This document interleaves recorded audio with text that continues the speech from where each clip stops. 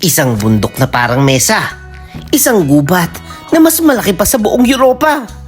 Mga talon na parang binubuksan ng langit sa lakas ng bagsak sa tubig. At isang ilog na hindi mo makikita sa ibabaw ng lupa. Pero diretsyong dumadaloy sa ilalim ng mga bundok papuntang dagat. Tifam, ang mundo natin ay hindi lang maganda. Ito'y grabe ang hiwaga. Sa episode nito, maglalakbay tayo sa 7 pinakahimala ng kalikasan sa buong mundo sa listahan ni Mr. D. Mga lugar na hindi gawa ng tao, walang CGI, walang special effects, kalikasan mismong gumawa. Mula Africa, South America hanggang Asia. Bibilang tayo mula number 7 pababa sa pinakaastig, pinaka-nakakabilib at pinaka-nakaka-proud na number 1. At oo, isang lugar dito sa atin, Pilipinas, world class. Isang ilog na buwabalot sa ilalim ng bundok. May stalactites, may paniki, may alamat. At kinikilala ng buong mundo bilang isa sa New 7 Wonders of Nature. Let's go! Mr. D. At number 7, Table Mountain, South Africa. Ito ay makikita sa Cape Town. Nakatampok ang bundok na to sa maraming postcards dahil sa kakaiba nitong hugis. Sa wikang Afrikano ay tinatawag itong Tafelberg at literal na mesa ang kahulugan. Bakit? Dahil ito'y isang flat top mountain na parabang inihaw at nilatag sa taas ng lungsod. Ang plataporma ng bundok ay humigit kumulang 3 kilometro ang haba at napapaligiran ng matatarik na bangin. Sa silangan nito, matatagpuan ang Devil's Peak at sa kanluran ang Lion's Head. Kasama nito ang malaking amphitheater na bumabalot sa Cape Town. Hindi lang tayong kahanga-hanga. Meron itong 8 na 200 species ng halaman at tinatayang 80% ay endemiko o fynbos. Dahil dito, ang Table Mountain National Park ang pinakabinibisitang national park sa South Africa. Ito'y umaabot ng 4.2 milyon turista bawat taon. Pwede kang sumakay ng cable car or mag-hike sa mga daan tulad ng Plate Cliff George. Subalit, maging handa. Umaabot sa mahigit 1,000 meters ang taas mula sa lungsod at kailangan ng lakas at sapat na paghahanda. At huwag kalimutan ang tablecloth. Kapag may umihip ng southeastern wind, nadadala ang moisture pataas at nagiging ulap. Para bang kumot na nakapatong sa mesa. May alamat pa nga ito raw usok mula sa paligsahan sa pagyoyosi ng dyablo at mga pirata. At number 6, Komodo Island. Ito'y makikita sa Indonesia. Tirahan ng sikat na Komodo Dragon. Ang isla'y parte ng Lesser Sunda Islands at may lawak na 291 square kilometers. Kilala ito bilang tanging lugar sa mundo na tahanan ng pinakamalaking butiki, ang Komodo Dragon. Tinatayang mahigit kumulang na 1,800 katao ang nakatira dito noong 2020. Ang Komodo ay kasama sa Komodo National Park at dineklarang UNESCO World Heritage Site at Man and Biosphere Reserve noong 1991. Bahagi rin ito ng Coral Triangle na may isa sa pinakamayamang marine biodiversity sa daigdig. Bukod sa higanting butiki, may iba pang mga hayop tulad ng Javan deer, water buffalo, banded pigs, civet, mga kakatu at makakis. Mula noong 2019, mas pinahigpit ng Indonesia ang turismo upang maprotektahan ang mga dragon. May planong limitahan ang bilang ng turista at pataasin ang entrance fee para sa mga dayuhan.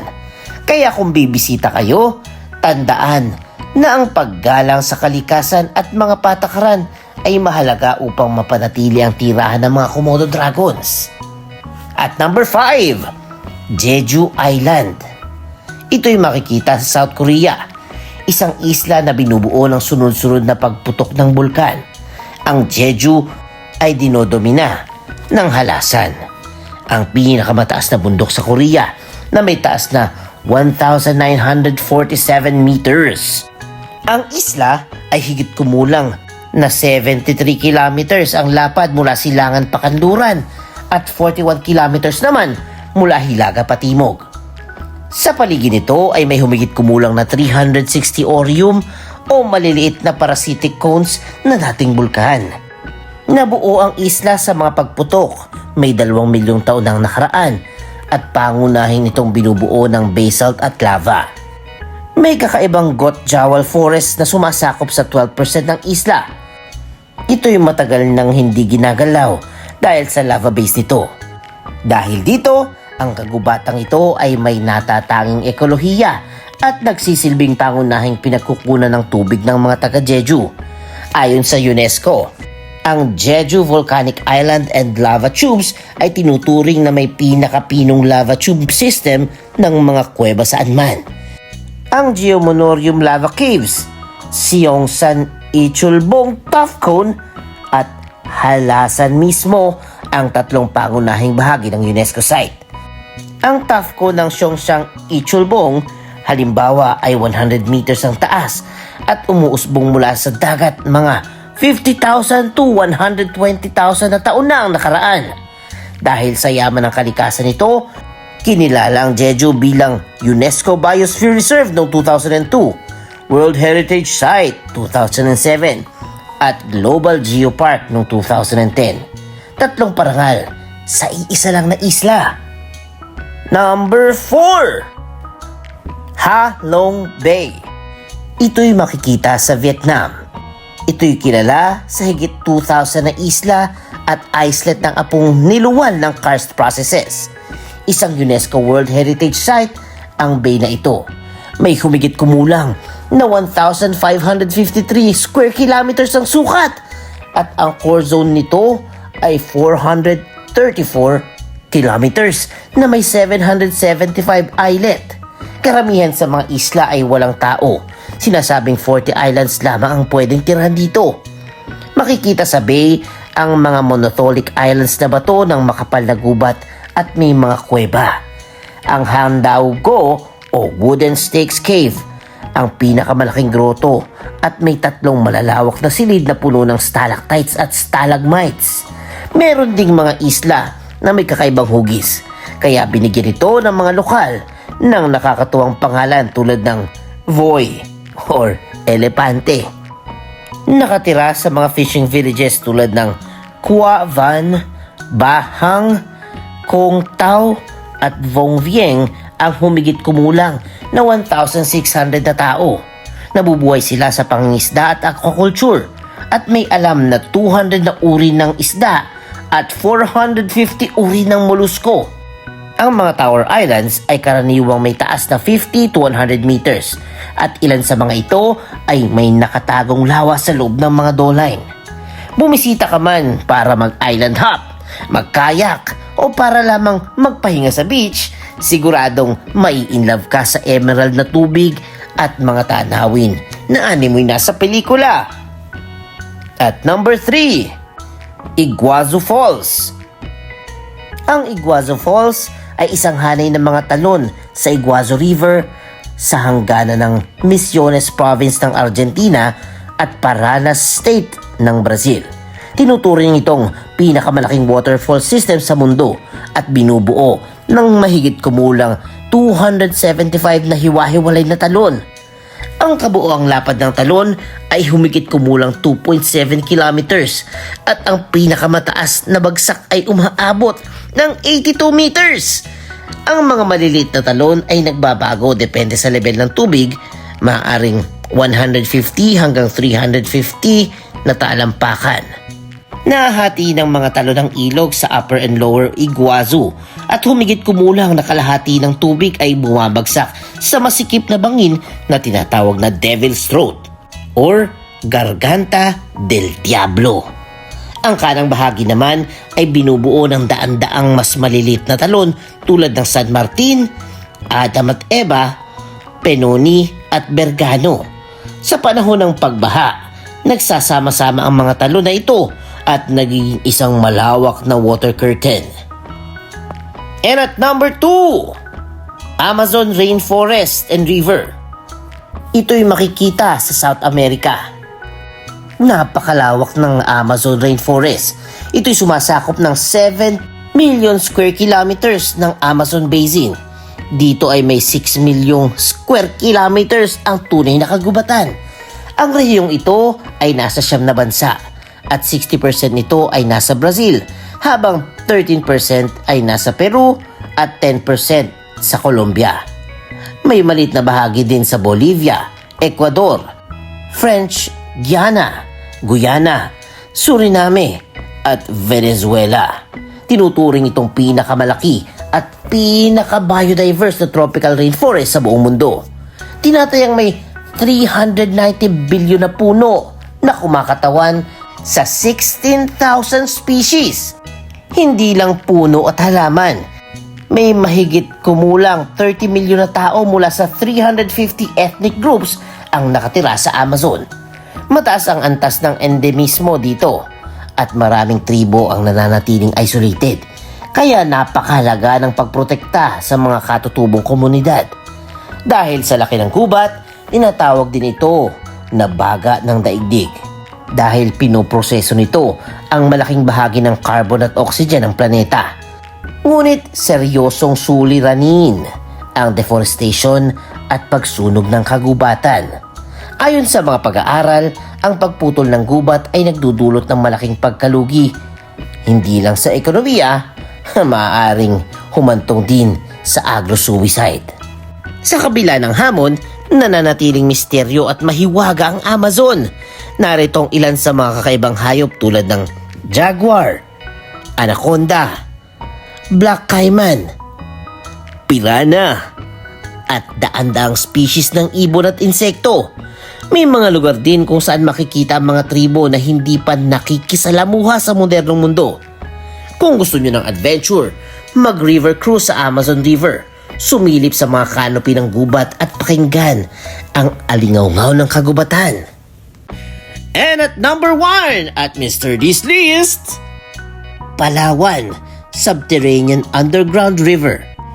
Ang ating pambato! Ito'y makikita sa Sabang Puerto Princesa sa Pilipinas. At alam nyo ba, ang underground river na pinagmamalaki ng Pilipinas at kinikilala bilang isa sa New 7 Wonders of Nature noong 2011. Bakit ito natatangi? Ito, ang parke ay matatagpuan sa kanlurang baybayin ng Palawan. May 76 kilometers hilagang kanluran ng Puerto Princesa. May lawak itong 22,202 hektarya at ayon sa UNESCO, kinabibilangan ng isang 8.2 kilometers na underground river. Ang natatangi sa ilog na ito ay direkta itong umaagos patungo sa dagat at ang mababang bahagi nito ay brackish or maalat at tabang dahil naapektuhan ng pagtaas at pagbaba ng alon. Pinakikita ng UNESCO na ang kuweba ay may mga kamanghamanghang rock formations at may mga silid na umaabot ng 120 meters ang lapad at 60 meters ang taas. Ang ilog ay navigable hanggang 4.5 kilometers mula sa bunganga. Kaya ang mga turista ay maaaring sakay ng bangka at humanga sa stalactites at stalagmites. Ayon sa mga taga Puerto Princesa, mayroong 11 iba't ibang minerals, mga kristal at malaitlog na rock formation at matatagpuan din dito ang 20 milyong taong gulang na fossil ng sirenya or dugong. Sa loob ng parke, mayroong 8 uri ng kagubatan mula sa montane forest hanggang sa mangrove at beach forest na bumubuo ng isang mountain to sea ecosystem. Tinatayang 800 species ng halaman mula sa 300 genus at 100 pamilya ang matatagpuan dito. Kabilang ang mahalagang punong kahoy tulad ng almasiga at rambutan. Meron ding mga hayop tulad ng monkey-eating eagle, wild pigs, bayawak, mga paniki at swiftlets sa loob ng kuweba. Tinatag ang parke noong March 26, 1971 bilang St. Paul Subterranean National Park at may sukat na 3,901 hektarya. Napag-alaman ng mga eksperto na kulang ito upang protektahan ang watershed, kaya pinalawak ito sa 22 hectares sa bisa ng Proclamation No. 212 noong Nobyembre 16, 1999. Nilipat ang pamamahala sa City Government of Puerto Princesa, kaya ito ang kauna-unahang national park sa Pilipinas na epektibong pinamahalaan ng isang lokal na pamahalaan. Dahil sa epektibong pamamahala, sinuporta nito ng komunidad. Modelo ito ng sustainable tourism at conservation. Upang mapahalagahan ang kalikasan, nililimitahan ng pamunuan ng Puerto Princesa ang bilang ng mga bisita. Ayon sa UNESCO, 600 bisita lamang ang pinapayagang pumasok bawat araw upang maiwasan ang pag-abuso sa sistema. Ang mga turista ay kailangan din kumuha ng permit bago sumakay sa bangka. Sa loob ng kuweba, makakarinig kayo ng dagundong ng tubig at ingay ng libu-libong paniki at ibong swiftlet. Maraming stalactites, ang kahawig ng gulay, prutas o hayop, at may mga seksyon ng kuweba na tinatawag na cathedral dahil sa taas ng kisame. Bagamat lahat ng 7 likas na kababalaghan na ito ay kahanga-hanga, ang Palawan Underground River ang nangunguna sa ating countdown dahil sa natatanging kombinasyon ng geolohiya, ekolohiya at konserbasyon. Bilang mga Pilipino, pinagmamalaki natin ang hiwagang ito. Sana'y ma-inspire ang mga nanonood na pangalagaan ang likas na yaman at suportahan ang mga inisyatibo sa konserbasyon. At yan ang ating countdown!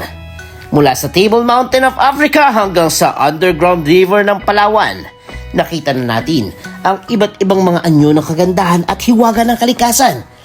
Ang bawat isa ay may kwento, alamat at hamon, mula sa pagpreserba ng mga kagubatan ng Amazon hanggang sa pangangalaga ng Komodo dragons at pagpapatupad ng sustainable tourism sa Underground River.